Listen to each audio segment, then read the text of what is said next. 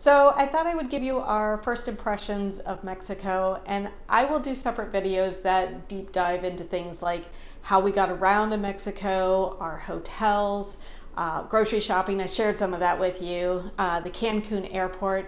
And if you're new to my channel, welcome to La Paz Bound, where I talk about my husband and I retiring early and moving to Mexico in 2026 with our 5 pets. And if you are interested in this type of content, please like this video and consider subscribing to my channel. But for now, I'm going to summarize our trip to Mexico. So as you may know, we attempted to go to Mexico to get our temporary residency cards and do the Canje process of exchanging the visa sticker in our passport that we got back in December at the Orlando consulate for the temporary residency card. And we were originally scheduled to go on this trip March 10th, but due to an error in booking, my error, we didn't make it. So we ended up going at the end of March, and our facilitator was absolutely wonderful. We found him through the Mexico relocation guide, and he was able to rebook all of our appointments and one and the same person affidavit at the U.S. consular, as well as the I&M appointment. And without his help, I don't think Don and I could have done this process on our own. The flight to Cancun from Tampa on the nonstop JetBlue flight, it was really easy to do once we were able to get on that flight. And it's a quick flight. I don't know whether it was because we came in on a Sunday, but there was no line when we arrived in Mexico. Don even stopped off at the restroom before we headed to the immigration line. And once there, we showed the immigration officer a printed page that said that we were there for our Canje and that we would like for him to stamp our passport with Canje 30. It was verbiage that our facilitator provided to us in Spanish, and we printed and each handed to the immigration officer before giving him our passports.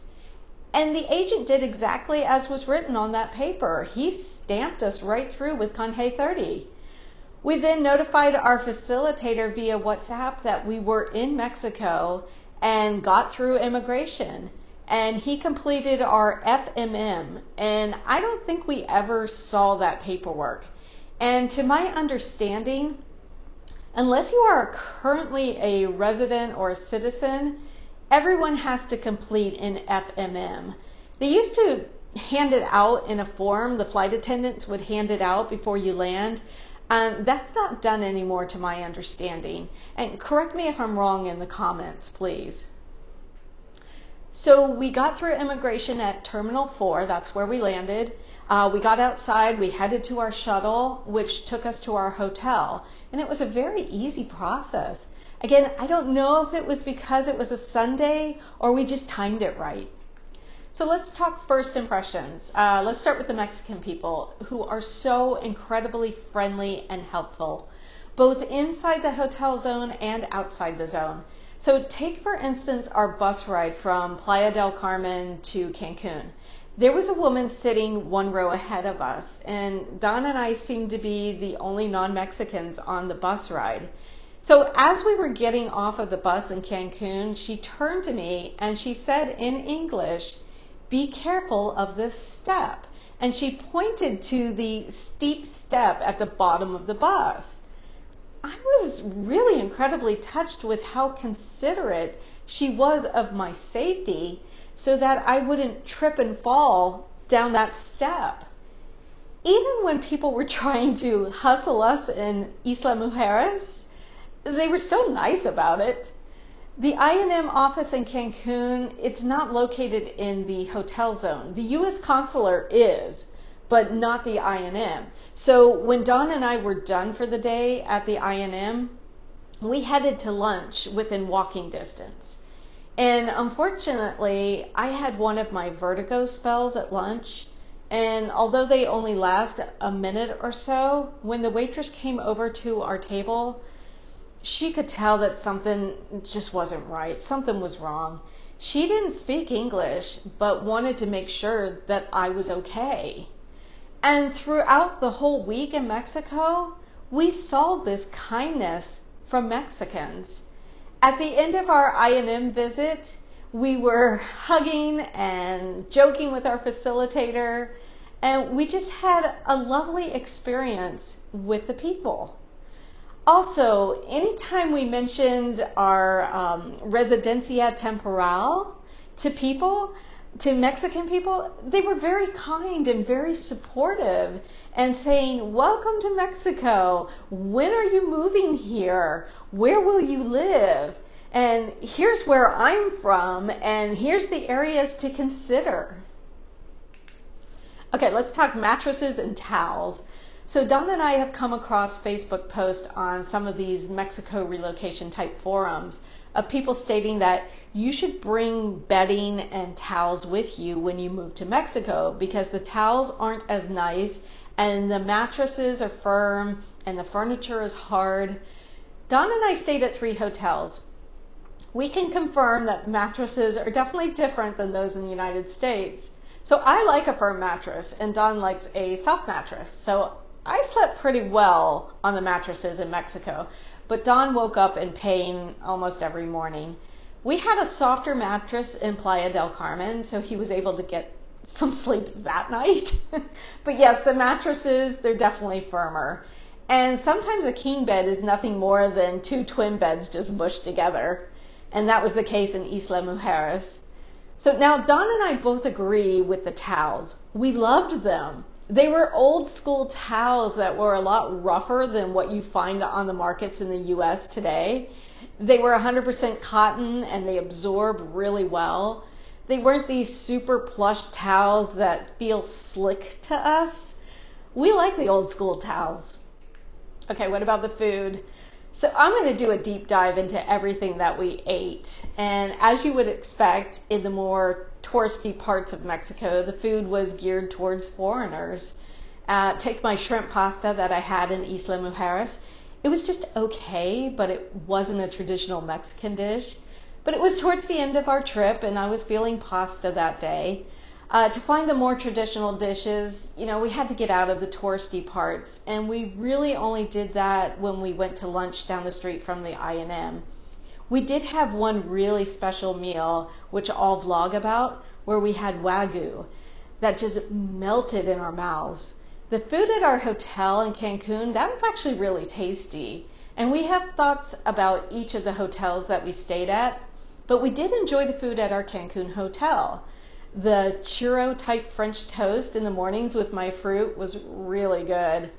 Also, at almost every restaurant or bar that we went to, the margaritas and the mojitos were excellent. I only had one bad mojito where every sip resulted in like a tiny mint leaves. They were just coming up through my straw. On the same topic of food, we did order from Uber Eats a couple of dinners. So once in Cancun, and then that pizza that I showed you in our Playa del Carmen video, which was weird. You can order Uber Eats in Playa del Carmen, but Ubers aren't allowed.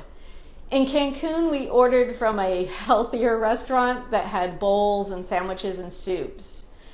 And the Uber Eats is actually super affordable in Mexico. I don't think we spent more than $36 total, including all the fees and the tip.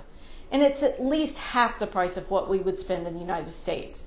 So I got a type of harvest bowl and Don got a soup and a sandwich. And one thing about fish and chicken at the places we went or ordered from is that a lot of it seems to be breaded or fried rather than grilled or sauteed, which is actually a problem for Don with his gout. He can't have a lot of fried food. So, did we end up getting sick at any point in our trip? Yeah, Don got sick one night. It was the night before we were scheduled to go to Playa del Carmen, and he was up for a few hours with stomach issues.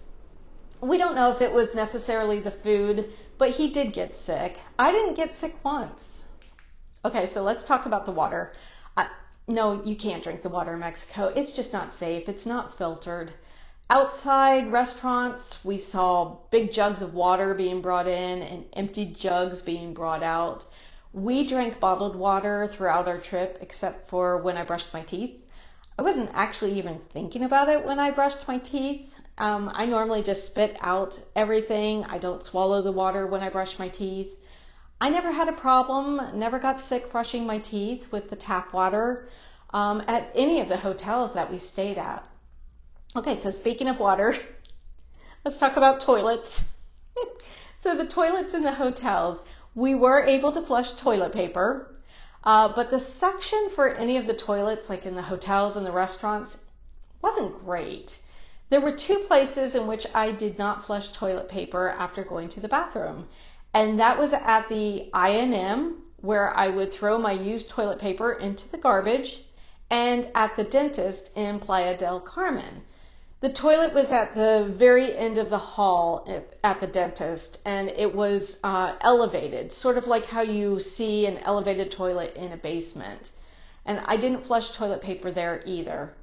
And most restrooms have windows, even in our hotels, to kind of air out the place. I thought it might be challenging and weird to throw toilet paper in the trash rather than flushing it, but I was actually okay with it. It didn't really bother me. So like I mentioned, I will do a deeper dive into other topics, but I wanted to share some initial impressions with you on a few things. And as always, thank you for watching. Please remember to like and subscribe so I can continue to grow this channel and bring you more content about Mexico, luxury, and daily life in Tampa. Hasta luego, my friends.